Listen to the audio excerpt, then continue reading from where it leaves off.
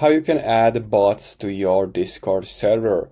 So open your Discord server, and once you are here on the left, we want to open this little section, which is Discover.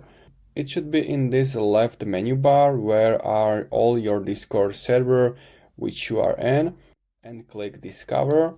Now make sure at the top click on Apps, and now we want to find some bot. So you can add any bot you want. I'm gonna show you how you can add it to your Discord server.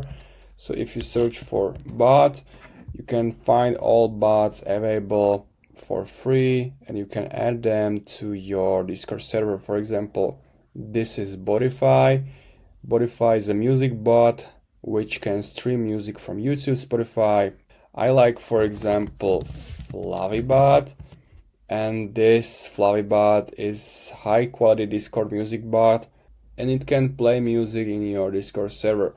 So if you want to add any bot, you have to click it and click this Add App, and now select the server where you want to add it.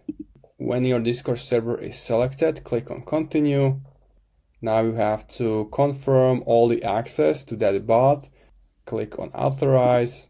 Now go to your server. In your welcome channel, you can see that Flavibot joined the parties or your server, and the bot will be visible here. It's gonna show you some commands of that.